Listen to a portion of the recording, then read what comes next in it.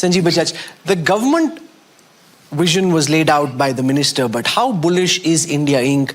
About being able to achieve India's true economic potential? When the Prime Minister speaks of turning India into a developed country by 2047, do you think of that as a political slogan, or do you believe it to be economically achievable? And are we on that path in your view?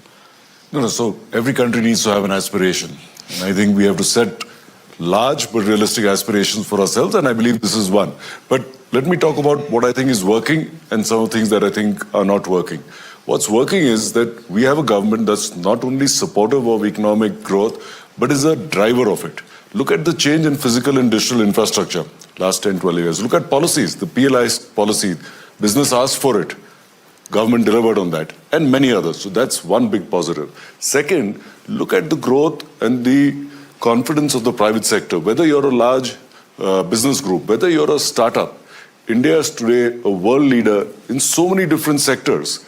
Even look at startups. Today, we are world leaders in a bunch of not only digital services, but like in drone manufacturing. We have startups that are producing drones not only, as you know, for the Indian defense, but for some of our friendly countries around the world as well.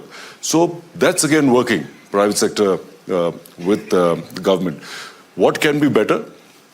One, see, we are growing at 6.5%.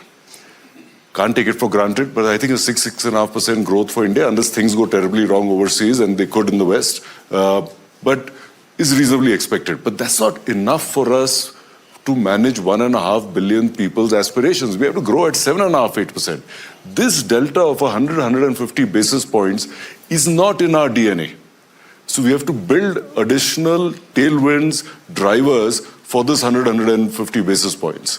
And this will come, see, some simple ideas over there. Our PLI schemes, electronics, auto, and a bunch of industries working well.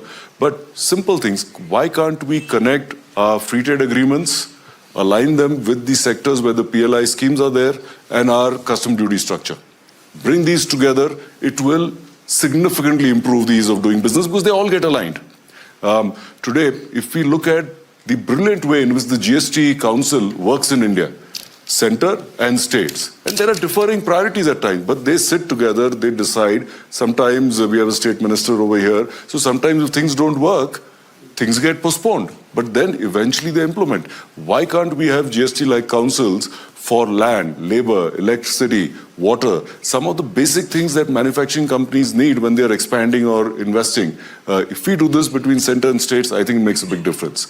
Lastly, we went through 1 or 2 quarters of slowdown, and sometimes from some quarters we get into a blame game.